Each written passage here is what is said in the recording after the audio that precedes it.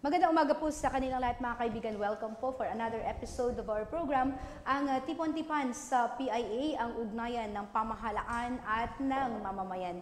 Ngayong umaga po mga kaibigan ay makakasama po natin ang ating partner agency na nagsusulong po sa kapakanan ng ating mga overseas foreign workers. Ano nga po ba mga kaibigan ang kanilang mga special na programa, lalo na po ngayong second semester na tumutugon sa pangangailangan po ng ating mga OFW. Yan po mga kaibigan ang ating pag-uusapan sa isang oras na talakayan dito po sa Tipon-Tipan sa PIA. Ako po si Jenna Bakiran, samahan po ninyo kami sa loob ng isang oras at syempre kasama din po natin ang ating mga media partners mula po dito sa Rehiyon 2. Ngayong umaga po mga kaibigan ay pinapakilala ko po sa inyo ang ating bisita. Hindi na po sila bago sapagkat lagi na rin po natin silang nakakaugnayan tuwing may mga OFW concerns po tayo. Kasama po natin ang kanilang SAW, ang kanilang admin officer si Mama Alma Gamad, and of course ang ating regional director si Mama Virsi Tamayaw. Good morning po sa inyo. Good morning Ma'am Alma. Bumati ka po muna sa ating mga tagapanood at tagapakinig. Sige, magandang umaga po sa inyong lahat. Of course, tayo ay nagpapasalamat sa pamunuan ng PIA Region 2, lalong-lalo na kay Mr. Oliver Bakay and of course, si Ma'am Jenny Bakiran na siya yung personal na nag-imbita sa atin at bigyan tayo ng oportunidad. And I know this is a platform for us in order for us to promote our programs and because ito ay mahalaga para sa ating mga manggagawang Pilipino na nagtatrabaho sa ibang bansa. At kasama ko ngayon ang ating supervising admin officer, si Ms. Alma Gamad. Yan. Good morning, Ma'am Alma. Yes, magandang umaga po sa ating mga tagapakinig at sa ating mga tagapanood. Ayan. At alam natin, RDVRC, na kabi-kabilaan po ang programa po ng OWA, na tumutugon nga sa ating mga OFWs. And sa ngayon, RD, kumusta po ang estado ng ating mga OFW? Kumusta po ba ang kanilang mga pangangailangan? At kumusta po yung mga special nating programa para po sa kanila? Okay. Bilang mandato ng OWA na siguraduhin na maisagawa natin yung protection ng interes ng mga ating OFWs and their families and in promoting their welfare. Araw-araw, patuloy ang ating pagtulong sa mga nangangailangan, lalo na yung mga distress workers na umuwi. Last week lang, last Thursday, Friday, kailangan namin mag-report despite yung announcement ng suspension ng opisina because of the typhoon. And I was able to sign documents, approve applications under Pangkabuhayan Program and medical assistance na more than 500 applications at 300 checks. And actually yesterday yung ating team ay pumunta na rin ng Nueva Vizcaya to release almost 100 livelihood checks and medical assistance for our OFWs. And this coming days ay lalarga din tayo papunta ng Ilagan sub-office at saka sa Santiago sub-office. And ngayon po, meron tayong napakahalagang activities sa OWA. Yun yung institutional activity event ng OWA ito na tinatawag na Search and Awards for Model OFW of the Year 2025. Yeah. Speaking of that model OFWRD, parang ano po ba ito? Parang we give incentives or we give ano po ba yung purpose? Why OWA is giving this award to our OFWs? Yes. Ang MOFIA, the acronym of MOFIA, ay isang institutionalized activity or event ng OWA recognizing the outstanding achievements of OFWs and their families, highlighting the best practices in managing the impact of overseas migration on the stability of OFW family life. Over the years, ito ay nag-umpisa nung 2005. And 2 dekada na to, at during the first 15 years, kada taon isinasagawa yung search and awarding. And starting during the pandemic, sinasagawa na ng every 2 years. So the last time that we held yung MOFIA 2025, MOFIA was in 2023. So this is the second time na for every 2 years na siya. Okay. Ito ay nag-evolve to celebrate not only the resilience of OFWs and their families in maintaining strong familial bonds and uplifting the well-being of their own household, but also their substantial contribution to the socio-economic development of their community. So, makikita natin na maraming challenges na overcome, na they were able to surpass, and they were very successful in their work as overseas Filipino workers, and also the resilience of the family left behind. With that, they have been nominated as MOFIA nominee. Okay. And of course, sila ay magkakaroon ng, they will undergo the screening. Okay. Who can nominate, RD? Ang pwedeng mag-nominate ay any organizations, pwede rin yung mga LGUs, kasi may mga LGUs tayo na nag-nominate sa kanila, at mga private organizations, pwede rin sa church. So, anybody na merong integrity when it comes to nominating a... And for this year, RD, meron na tayong na-select or we're still on the screening process po? Actually, magkakaroon na tayo ng selection tomorrow. Yes. No? Tomorrow, meron na rin tayong nominees, 5 lahat sila.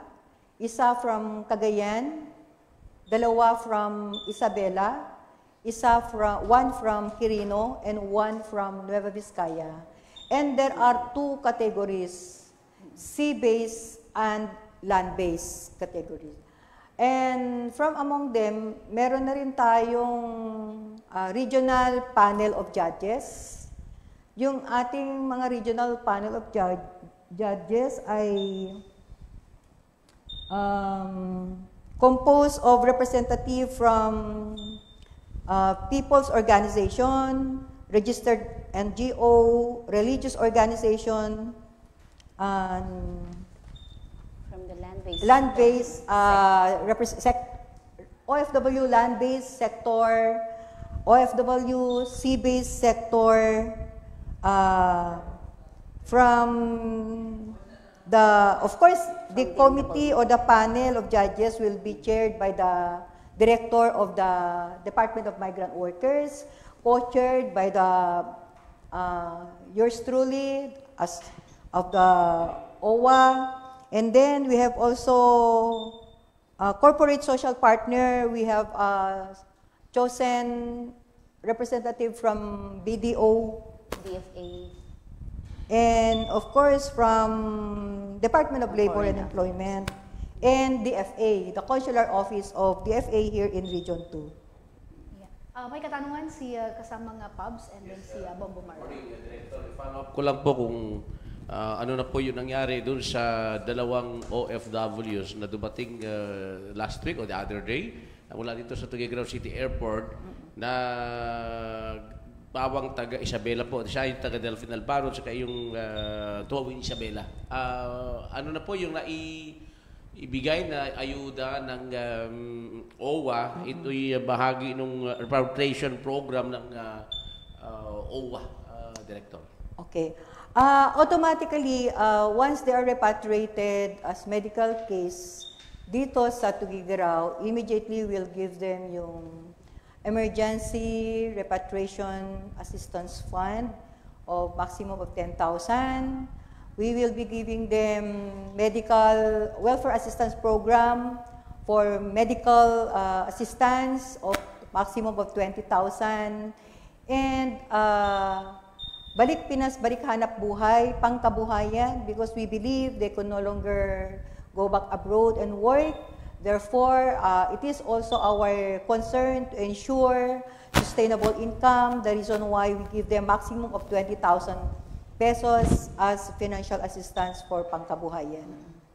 So yun ang ibibigay natin sa kanila, other than yung monitoring of their health condition. Actually, yung isang pasyente na naiuwi ay nai-endorse sa CVMC for further evaluation and treatment. Pwede ba natin malaman kung ano yung kanyang pagkakakilanlan? Pardon? Yung pagkakakilanlan daw nung Pangalan mga nila OFW. o kahit yung babae, lalaki lang po siguro? Pareho na babae. So, hindi na natin pangalanan. Okay, sige po, RD. For confidentiality. For privacy and reason. data privacy. Ayan. Okay, Bombo Marvin? Ma'am, kung may karagdagan ka, okay lang na i-ano natin. Sige, Bombo Marvin. Yes po. Meron? Good morning po, Albino. Balikan ho natin no, yung search for model OFW. Na-mention po ninyo yung best practices ganyan. So ano po yung usually na tinitignan natin sa pagpili no, sa bibigyan ng recognition na isang OFW? Meron yung criteria for selection. Maybe Miss Alma could share. Sige po. So, sa ating pong search ng Model OFW, meron tayong 4 na criteria. So, tinitingnan natin yung family solidarity, and that's 50% actually. So, ito makikita natin dito kung gaano ba ka-strong yung family in spite of the distance, kung paano nila hinarap yung mga challenges while being away from their family. So yung pangalawa po, which is 20%, yung education and career achievements ng pamilya. So ina-acknowledge natin kung paano yung family kahit na magkakalayo sila as to their education and career achievement. And isa pa dito, yung community involvement nila. So mahalaga din po na makita natin yung pamilyang OFW na tumutulong pa rin sa ibang pamilya, and ano yung impact nila sa society. Kung positive ba, nakakatulong ba sila, how are yung inspiration din nila sa ibang pamilyang OFW. And yung panghuli, yung kanilang finances, kung paano ba nila na-manage yung kanilang mga hard-earned money. So, nakikita natin how they invest it, kung na ma-manage ba nila ng maayos ang kanilang mga finances. So, yun po. So, 10% po yun. So, that's a total of 100%. So, ano po yung mapipili na model OFW? Ano po yung maibibigay sa kanila? Yung premyo? Or Yes. ano po yung... Of course, basically, they will be recognized with a plaque of recognition and cash prize. Wag muna nating sabihin. Meron silang cash prize. And once they are chosen as the regional winner, they will automatically vie for the national awards. This will be held in Manila, represented by all regions. And meron pang special awards na maibibigay, yung Outstanding Achievement in Community Projects, at saka yung the other one is Outstanding Achievement in Entrepreneurship. Meron ding cash prizes ito. Yes, ma'am. Pero sa pangkalahatan, sa ano naman po natin, sa assessment po natin o sa monitoring, kumusta ho yung mga pamilya ng mga OFWs dito sa Region 2, at ano po yung mga kadalasan no, na mga na-encounter po natin or halimbawa nare-refer sa inyo pong opisina na yun nga, mga concerns ng mga pamilya o ng mga OFWs natin? When you're at overseas post, kahit naman dito ang madalas na problema na na-encounter ng pamilya and the OFW is more on the communication problem. And of course, familial obligation and yung relationship, especially between husband and wife. And of course, on the part of the children is more on alienation. Okay. May mga gaps and it widens yung gaps between parents. Of course, children also suffer from the impact of migration, like absentee parenting. It's good with the social media. They could, real time, they communicate with the OFW parent. Pero most of the time, especially for parents who are domestic helpers, controlled by their employers as far as time is concerned, they have limited opportunity or time to communicate with substance. Minsan, yung problema ng anak, hindi na niya masabi sa nanay dahil si nanay sasabihin niya na andyan na yung employer niya. So, madalas yun ang yung social cost of migration. And this is why we have this MOFIA as a challenge to other families na pwede pala. May mga modelo. So, we should not be discouraged. Lahat kasi sila may mga commonalities eh. Pag ang pinag-usapan, buhay ng OFW at nag-abroad yung isa o dalawa, may naiwan anak, pare-pareho ang pinagdadaanan. Iba-iba lang yung pangyayari, pagkakataon, pero ang mahalaga doon is yung kahandaan ng isang pamilya at ng isang OFW na umalis. Kasi yung kahandaan na yun ang magsasabi na ikaw ay maging successful sa iyong trabaho bilang o pamilya na bilang ang isang magulang ay nasa ibang bansa.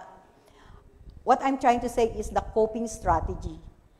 How you are going to address yung mga issues that are concerns that are confronting them, and so with the children of OFWs, how far they are prepared to face the consequences, of course, the challenges, the issues, what is their coping mechanism, and what are their interventions, paano nila ina-address, even in schools, mga anak ng OFW.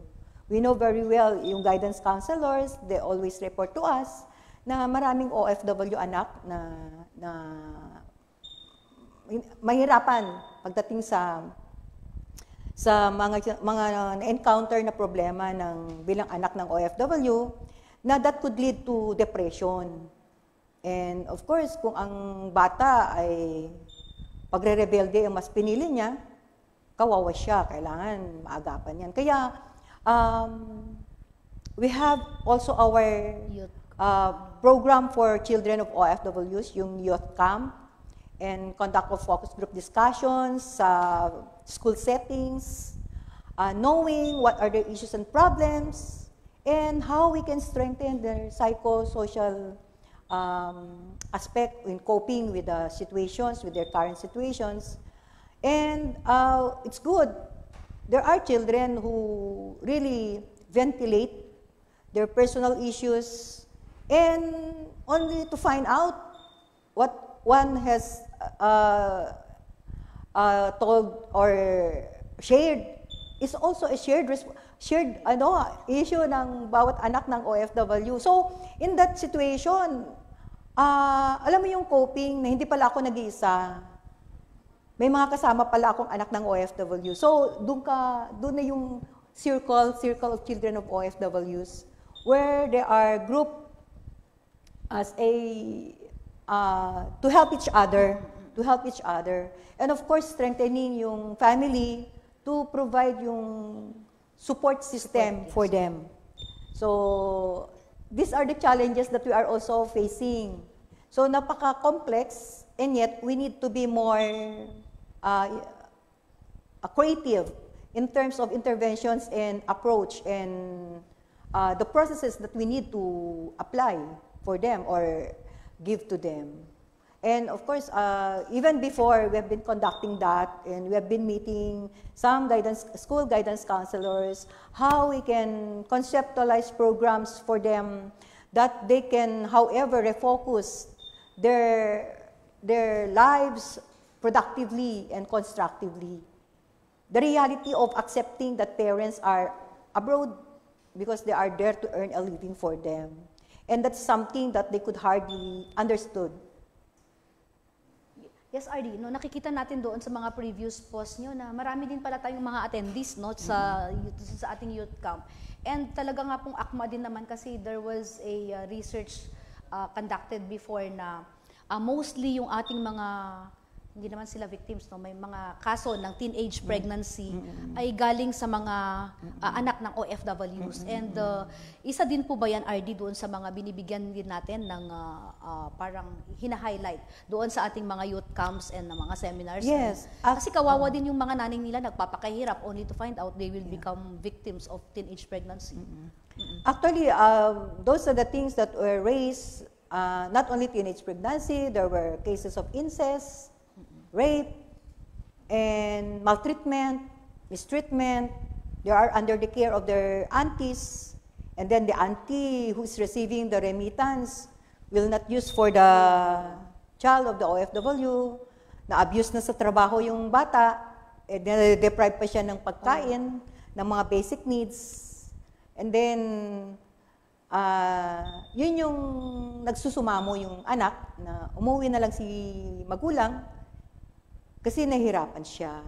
So, to that extent, sabihin pa ng anak na kahit wala na kaming pera, kahit na lang magdildil kami ng asin, to that extent, because mahirap yung sitwasyon.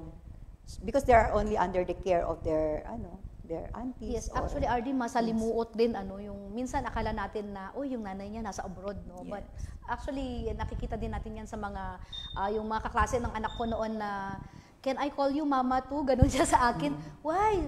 My mama is away. Yung mga ganon na, tapos magpapakandong sa'yo kung ano yung pinapakain mo. Tita, I like that too. Yung mga ganon na, kaya minsan yung nakikita lang natin is yung parang pera na kinikita ng isang OFW, but not yun nga yung sinasabi mo kanina, RD, yung the feeling of loneliness, but good enough na inihahanda naman natin itong mga pamilya na to. Si Miss April may katanungan. Aside po dito sa ginagawa po nating youth camp, RD, ano po yung ginagawa, paano nag-i-intervene? Lalo yung, ang hirap isipin, yung incest cases nga po. Mamaya malalaman mo ganito pala yung nangyayari habang wala si nanay. At ilang taon yun, mahaba-haba, minsan pa yung sinasabi, ilang counts ng pang-aabusong nangyayari. Paano pumapasok si OWA sa ganitong sitwasyon at paano natin kumbaga yung namomonitor yung situation ng ating pong mga target nga po, mga tinutulungan. Actually, the reason why we have to collaborate, we have our partners.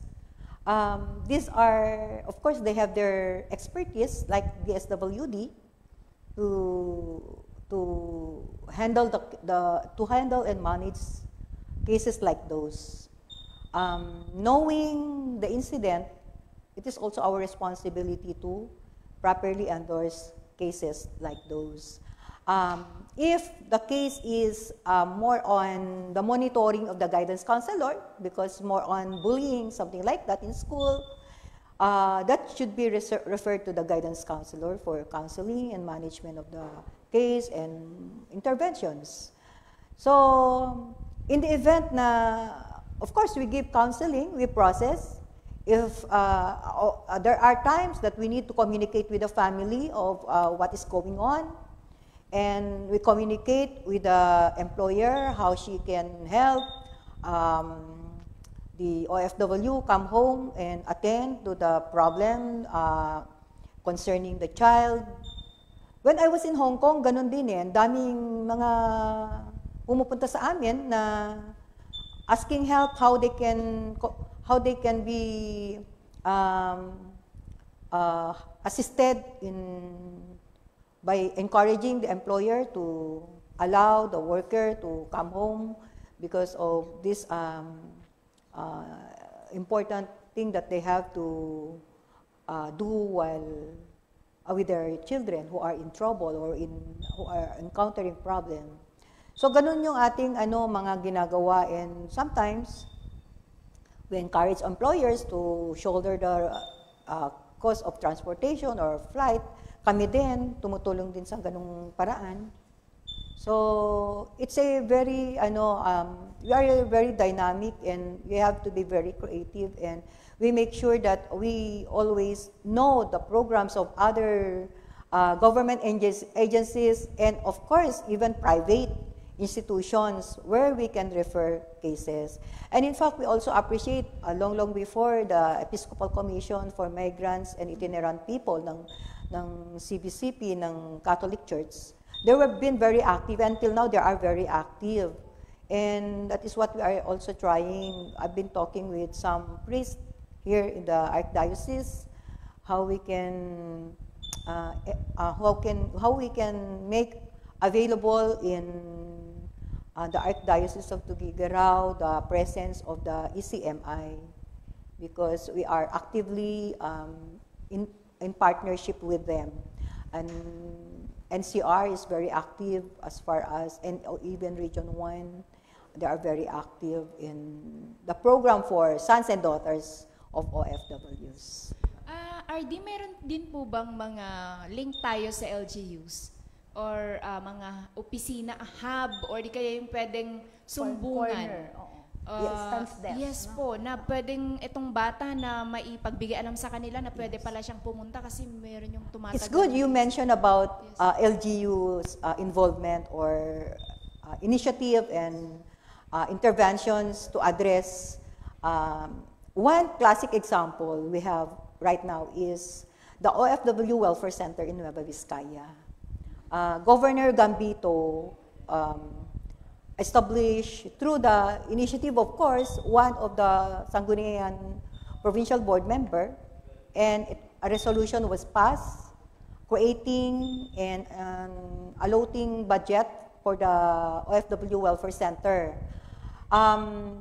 Governor Gambito has mentioned about caring for children of OFWs and caring for the families left behind. They hired social workers, team of social workers, I think there are 3, specifically to assist children of OFWs. Meaning to say, they go to schools, communicate with the children, conduct some activities, and whenever there are issues, problems coming, it is their expertise that they give as social workers to their children of OFWs. And on the families left behind, the governor is very particular about the remittances of the OFWs. He wanted OFWs to come home happy. Happy in the sense na hindi siya uuwi na may sakit, na walang perang pamilya. He even announced it to the OFW groups. Okay, if you want to build a house, because I've noticed that whenever you build a house, it's just like a mansion. And it's not even good to see, because once you are unemployed, how are you going to maintain your mansion? So he told them, our engineers in the provincial government, free of service. You can ask them to design and make the plan of the house that you want to build. Enough for your family. Save some of your money. Okay, I will give you trainings on investment of finances, financial literacy, investment opportunities for you where to put your money, so that when the OFW comes home, you are all happy. So that was his pronouncement. Well, every time he meets these OFWs. Ginagaya na po, RD, sa ibang province. May pakikipag-ugnayan na po tayo sa ibang LGU naman po. Actually, that is my advocacy and my campaign. Ang lagi kong sinasabi, 90% of our distressed workers coming home are domestic helpers. Rarely that there are professional skilled workers coming home as distressed workers. Meaning to say, there's only one thing that we have noticed. Domestic helpers are truly very vulnerable of domestic violence, of abuses, of controlled situations. And in that case,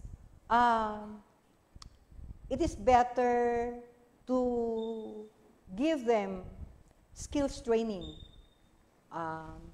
upskilling, and additional skills that they want to pursue, so that if they decide, if ever they will not decide to engage in business, kasi we automatically give them naman 20,000 pesos as startup capital. So there will be more financial opportunities that they can get from the government, from us, most especially, meron tayong EDLP, once they want to expand their business. And if ever they opt to go abroad again, they live as skilled workers, no longer as domestic helpers. Yun yung yung advocacy ko. Kasi paulit-ulit yung problema ng mga domestic helpers, and yet sila lang naman ang pwedeng magsabi. It's your choice kasi if you want to go abroad and work as skilled workers or domestic helpers. Pag domestic helpers ang pinili mo, parang it's a desperate need because kailangan talaga mapag-aral ko yung anak ko, mabigyan ko ng magandang buhay ang pamilya ko. So something like that. Pero they have a choice. Of course, ang daming free training, ang TESDA ngayon, di ba? Kami din, meron din naman kami yung Skills for Employment Scholarship Program. We are giving out 14,500 pesos for them in order to undertake yung short courses, vocational and technical courses. That is 6 years to 2 years course. So, if that is our campaign, encouraging our constituents to live as skilled workers, that will be better for our economy and that will be better for the lives of OFW families. Kasi, if there are skilled workers, they are earning higher income as compared to domestic helpers. And they're even more protected and they have more stable condition. So, yun. Yun ang kinakampanya ko lang naman, advocacy. May karagdagan ka, ma'am?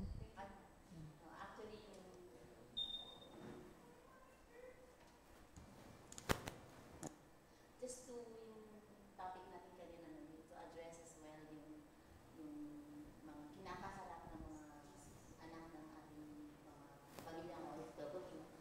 These August 5 to 6 are din, magkakaroon tayo kami ng OCC. Doon na sa youth camp. So aside from yung hindi lang mga scholars ang ina-address natin. So lahat po ng tinatry po natin na maka-reach sa lahat ng ating mga pamilyang OFW. So Naka-off yung mic. OCC. So yun. Kung meron tayong offices family circle, meron din po tayong Microphone. Ma'am, pa-on yung mic, ma'am. Wag mo na siyang i-off, ma'am. Steady mo na lang siyang i-on. Ayan. Okay, sige. So, kung meron tayong offices family circle, parang 2 years na po na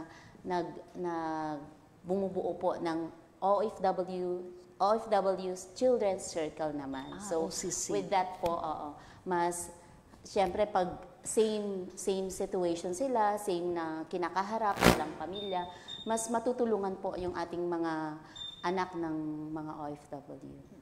So, excited po kami ang Region 2 this August 5 to 6. When, ma'am? Saan po gaganapin? Baka pwede din po kaming makapag-attend kahit lang doon sa first part niya. Oo. So that we can also picture or paano maipakita din sa ating mga youth, no, ma'am, kung ano po yung nangyayari doon sa youth camp na ginagawa po natin. Sa ecotourism park ng Nueva Vizcaya, sa Nueva Diadi. Vizcaya, oo. Yeah, sa Diadi. Hopefully, meron ding schedule dito sa Cagayan, ma'am, so that we can also... Yeah, actually, we will have one in Baggao. Baggao. So, yun ang una namin sanang schedule, but because of parang maraming activities yung mga students ngayon. So, RD, during pumunta na kami ng your Vizcaya. parang migrant workers year or week noon, nabanggit po natin na nagkaroon na rin ng shift, no, doon sa mindset po ng ating mga OFWs. Kasi dati noon, pag nagpadala sila yan, mga luho, pupunta sa bahay, gastos dito, gastos doon. But parang na-mention yun noon, RD, na because of the trainings, because of the mga seminars, is natututo na rin po yung ating mga OFWs to invest. Hanggang ngayon po ba, RD, ay ganon na rin? May tina-target po ba tayo na i-reach out na kailangan lahat ng OFW marunong mag-invest, marunong other source of livelihood, aside from doon sa mere na sahod na tinatanggap po nila? Yes. Actively, with the presence of our program on livelihood assistance, na-expand yung what do you call this, interest ng mga OFW families into engaging sa livelihood. So, sa tagal na rin na lagi tayong nagko-conduct ng financial literacy, values formation, entrepreneurial development training, skills training, of course, yung business management. And we also assist OFWs for, may mga activity tayo na yung lakbay-aral. Lakbay-aral para sa pagnenegosyo.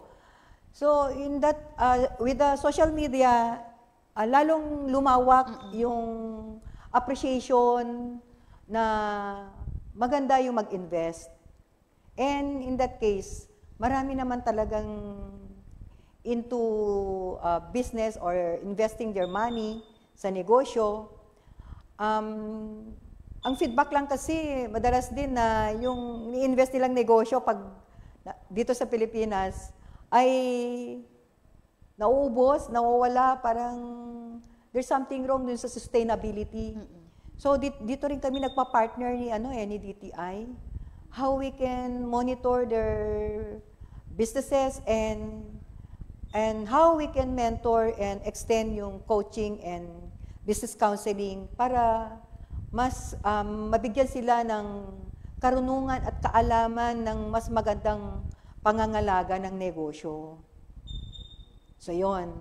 Yun yung sinasabi ko na nagkaroon na ng paradigm shift na more on serious investment of earnings from abroad. Doon sa criteria po natin, RD, sa MOFIA, hindi ba kasama doon na, or hindi din po ba added points like kung meron silang business out from their, doon sa pinagpaguran nila bilang OFW, may certain points din po ba yung mga ganon, ma'am? Actually, meron. Yung sa,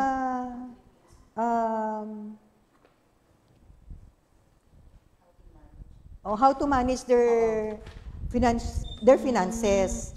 Dapat meron din silang mga negosyo. Kaya nga meron tayo yung special award na Outstanding Achievement in Entrepreneurship. So, kasama yun. That is, dito sa MOFIA, criteria, 10%. Pero merong special award, Outstanding Entrepreneurship. Kasi matandaan ko yung isang MOFIA winner nyo, I think from Peña Blanca yata noon, is talagang nag-grow talaga yung business niya. So, maganda rin, RD, na nakikita yun. Parang, yun nga, makita nga ng ating OFW na paano nga na pagbiglang nawalan sila ng trabaho abroad, at least meron silang, merong sasalo sa kanila. Di ba? Yes, Ms. April. Diyan po sa MOFIA, RD, Ma'am Alma, nabanggit nyo kanina family solidarity, tapos ang daming, kumbaga ang gaganda ng criteria nga po. Pero paano natin nagagamit sila? Maraming term na gagamitin sila para kasama natin sa advocacy. After ng awarding, regional, hanggang kung makaabot sila ng national, after po niyan, may extended activities or may mga activity pa po ba nakatuwang natin po sila para marami pang ma-inspire dahil sila po yung mga model po, RD. Okay. Actually, we have a lot of MOFIA winners na are also officers, president ng mga OFW family circles. And kailangan mo isa buhay. Kaya mahirap din maging MOFIA winner eh. Because yung kasi may expectation commitment. sa'yo, di ba? So, kailangan mo panindigan na Outstanding ka. outstanding ka and modelo ka talaga, not only the community but in the region. So, whenever we have activities also in the region, we always invite them. They give, they also tap as our resource speakers. Of course, they also share their success stories. So, yung mga ganong bagay. And of course, in their community, like in San Mateo. In San Mateo, halos karamihan dyan ang outstanding eh. Mafia winner eh. So, the mayor mismo is always checking on them kasi kailangan din nilang mag-perform eh. They have to contribute yung community development. They have to do something and give caring to OFWs who come home na may sakit, may problema. So those are the things that the mayor even expect from them. Ayan. Thank you so much, Miss April. RD, nakikita ko din sa mga page ninyo yung dami din po ng tinutulungan nating OFW na umuwi dito sa Pilipinas. Kasi pati pala yung pagsundo din pala sa kanila sa airport, no? Lalo na kung yung talagang ill sila, is talagang OWA pala ang sumusundo po sa kanila. Yes. And dito sa mga ganitong sitwasyon, RD, and from point to point, no? Usually from Manila Airport to From Tuguegarao post, Airport, opo. from abroad. Opo, yes. Yes. So kahit pa pala doon, Yes. with our polo, no? Yes, And, MWO. doon po sa mga ginagawa natin ganito RD, kumusta naman po yung tawag dito, yung sa part ng kanilang mga family? Yeah. In fact, yung mga ganitong cases, may mga pamilya na lumalapit sa atin. Like for this one who's going to arrive today on a stretcher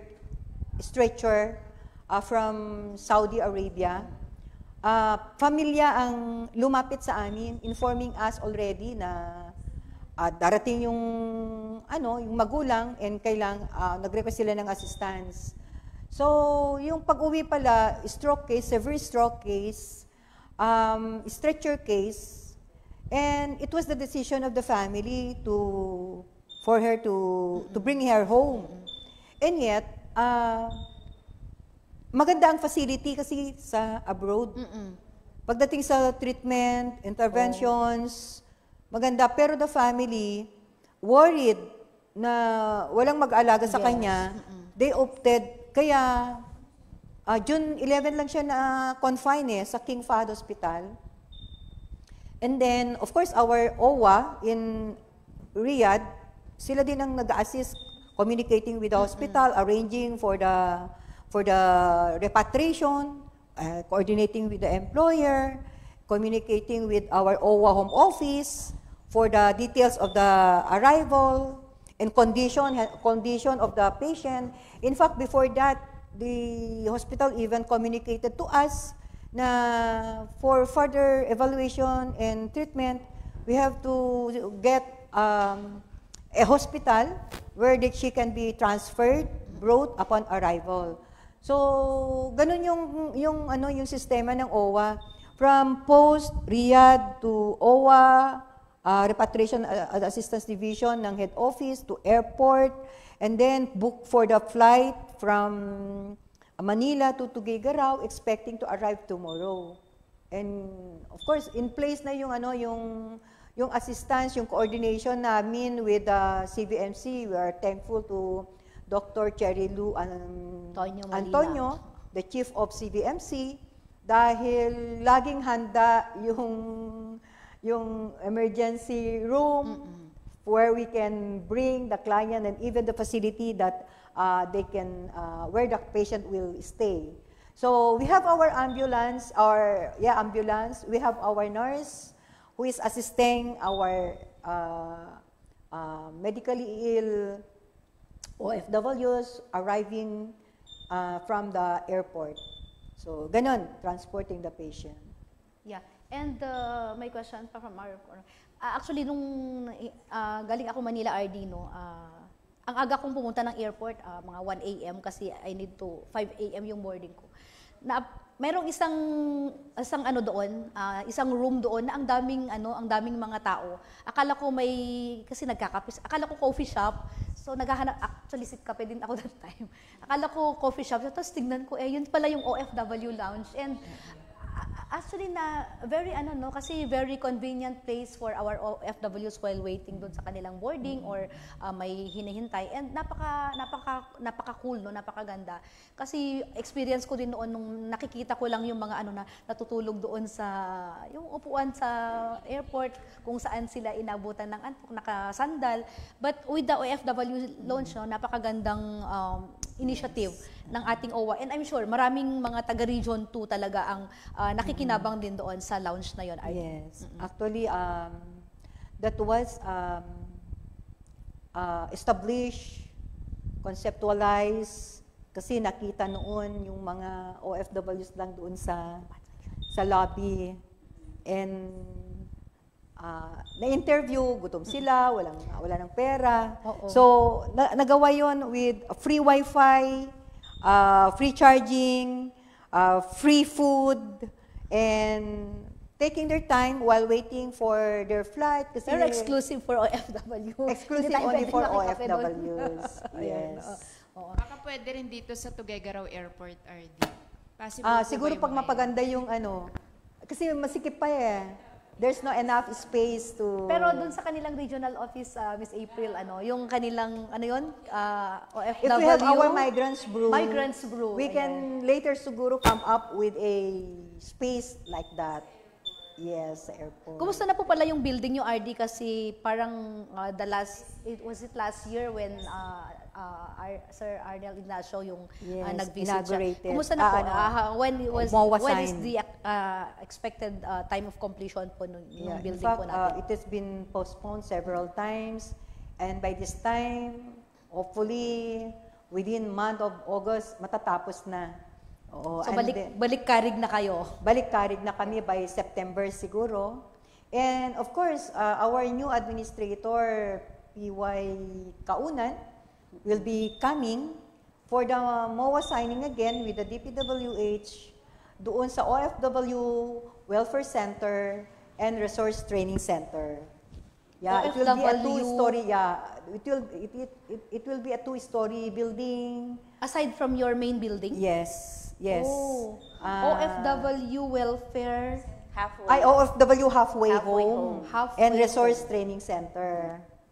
And Resource Training Center. Why halfway home? Ito yung mga umuuwing OFW na kailangan pa nilang magpa-check up o kailangan ng endorsement sa CBMC. While doing that, they stay, lalo na kung if they are from far-flung areas. Oo. And of course, also those coming from Nueva Vizcaya, na may transactions dito. may transactions dito and sa iba-ibang opisina. Madalas kasi dumarating sila sa opisina namin alas 12 ng gabi, alauna, alas 2. So, in that case, pag meron na tayong OFW halfway home, pwede na rin sila doon habang hinihintay nila yung alas 8 na appointment. Pwede yung kaming bigyan ng picture ID doon sa halfway home na yun. Ano ang makikita? May room po ba na pwede silang matulog? Ano yung mga amenities na pwedeng ibigay? Merong 4 bedrooms. Each room will occupy 4 din no? So 4 times 4, that will be 16 beds. Beds, yeah. There will be a kitchen, a pantry. Of course, may mga staff to manage the halfway home. Meron ding migrants brew doon where they can take coffee. And there is a luggage room where they can put their luggages, complete with amenities. Ilan po, may estimate budget na ito, RD? Actually, pati yung 30, Pati yung site hindi, development. yung lang, yung in-approve ng 32.5. 32.5. From the... No, yung bago. From, magkano kasi yung original? 160. 38 million. 32.5 32.5. Ang total amount approved kasi is 68 million. Including That the includes building, the facility. Yung improvement ng site development. Oo. Doon mismo sa tabi ng regional office yun, Lot RD? development. Tabi mismo ng regional Within the office? compound pa rin ng sa amin, sa lot ng OWA. Oh, wow. It will be facing west. Di ba facing west na siya. Yung main namin is facing east. West. Facing west, yung main. Facing east, yung It's a two-story RD, And this year ba ang inauguration niya? O groundbreaking? MOA signing. Oh, and the project will start this year? Start this year. And another... as a commitment by the DPWH, it will be completed within a year. Funded po, ano po to RD from OWA din po ito? OWA fund or It's may... a General Appropriations Act fund. Yeah, napakaganda, no? And we really look forward, aside from dun sa office po ng OWA na mas lalo nga pinalaki, pinaganda to cater to our OFWs and their families. And may plano po pala kayo, RD, no, na makipag-ugnayan din sa ating governor for an expansion or an area na where you can cater to the needs of our OFWs, especially po sa downstream. And yun nga yung nababanggit nyo kanina na you can lobby with the governor for the use of the, Sir Pabs, yung sa substation, subcapital po natin office. sa Lalo. And RD, no, during our meeting with the governor is instant siya, no, na nagbigay, nag-volunteer ng isang room sa kaniyang office to cater to our OFWs. Functional na po sa RD or may mga ginagawa na po kayong pag-uusap na pwede nang lumapit doon yung ating mga OFW children and their families? So far, wala pa namang update regarding that. Of course, per communication with the staff of the governor, any time, any day,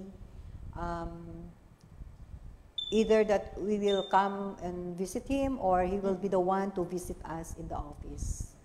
Okay, so kung wala na po tayong katanungan, no, may panghuling hirit. Okay, Bombo Marvin. Yes, ma'am. As of this time, ma'am, mga ilan na ho yung mga repatriated na mga OFWs, especially yung mga nasa areas na may mga tension na natulungan ng OWA Region 2, ma'am? Actually, as of this, from January to June, we have already assisted at 53 OFWs. Mostly from what countries po, RD? For medical cases, mostly from Hong Kong, Singapore, and Middle East. And most cases that we receive are cancer cases and stroke cases. Yung sa may mga tension, kasama na rin po. Yes, kasama na yung sa mga sa Middle East o kaya sa Israel and yung where there is conflicts. Yeah. So far naman yung Thailand and Cambodia wala pa namang Anong benefits are yung mga naibigay po sa kanila? We always base on instructions from Manila. So far, yung mga nabigyan natin is maximum of 50,000 pesos. Tapos, meron tayo kasing emergency repatriation fund. May case tayo na we spend about 100,000 pesos. Depende sa, it's a case-to-case basis. Depende sa situation ng OFW and their family. Ayan, thank you so much, RD, no? Thank you, Ma'am Alma, no? Baka may mga upcoming activities po kayo, ma'am, or may mga announcements po kayo, or baka may gusto kayong i-communicate sa ating mga netizens, sa ating mga viewers. RD, take the opportunity. O, Ma'am Alma, baka may announcements po kayo. Okay. Sa mga ating mga OFWs na umuwi at kayo ay kabilang as distress worker, ang ating tanggapan ay bukas lagi para sa inyo. We have our hotline numbers. You can visit our Facebook page. I-like nyo siya, OWA Region 2 Cagayan Valley. All information pertaining to our programs, pertaining to OFW situations and situationnaire and programs and services ng ating pamahalaan, hindi lang po ng OWA, ay doon nyo mababasa at makikita, and you can send your messages through our messenger. I'm pretty sure naman na laging sinasagot yung mga katanungan ninyo. Yes. And by the way, RD, ilan po ang manpower ng OWA ngayon? Are we more than enough to 40 cater to plus. the needs? Actually, konti lang kami. We have 4 sub-offices. We have 1 in Nueva Vizcaya, 1 sub-office in Quirino, 2 in Isabela, located in Santiago City, sa Osco, and 1 in Ilagan. So, sa atin, dito sa Cagayan, dito pa Regional lang office sa Tuguegarap, hopefully, ma-accommodate tayo at makapag-open sa sub-office ng Provincial Government of Cagayan dito sa Lalo. Ayan. And of course, we have also our hotline number na gamit sa buong Pilipinas, yung 24/7. 1348. 24/7. 24/7. If you're outside Metro Manila, 21348. If you are in overseas, 6321348. Ayan. Thank you so much, RD, for this opportunity na maibahagi nyo din po sa amin ang mga programa po ninyo para po sa ating mga OFW. And kami din po ay sumasaludo kasi despite po nung napakaliit po na manpower ng OWA ay nakikita po natin, no, kung hindi sa airport, nandyan sumusundo, tumutulong sa ating mga OFW, ay talaga pong nandyan din kayo na nagbibigay ng mga assistance, no? Napakalaking bagay po na ang mga pamilya ng mga OFW na hindi na po alam kung ano yung iisipin, ano po yung tamang gawin, kayo po yung yung umaagapay na sa kanila doon sa mga times na nasa sitwasyon sila na talagang napakahirap po, especially kung ang kanilang mga kapamilya ay nasa alanganing sitwasyon or nasa matinding pangangailangan, no? So, saludo po kami, ang pamunuan po ng BIA kasama po ang ating mga media partners ay sumasaludo po sapagkat isa po kayo sa mga ahensya na nakikita namin na wala pong gabi o walang hating gabi o walang madaling araw kailangan tumugon lalo na po sa ating mga OFW. So with that po, sa ngalan po ng buong pamunuan ng Philippine Information Agency at ng ating mga partners, no, ating mga media partners, muli nagpapasalamat po kami sa inyong mga kaibigan at gaya nga po ng nasabi ni RD Viersi kanina, na malaki din po ang role natin sa komunidad na tumingin o tumulong sa mga pamilya ng mga OFW, especially po sa mga kabataan para po hindi naman po masayang yung mga pinaghirapan po ng kanilang mga magulang na nasa abroad. Kaya ito po ay collective effort po nating lahat, hindi lamang po ng OWA, kundi maging tayo pong lahat dahil yan, magkakaduguman, hindi man po tayo magkakamag-anak na direkta pero lahat po tayo ay kapwa Pilipino. So muli sa inyong lahat, sa ngalan po ng ating officer in charge, Dr. Oliver Bakay, ako po si Jenny Bakiran, magandang umaga po sa ating lahat.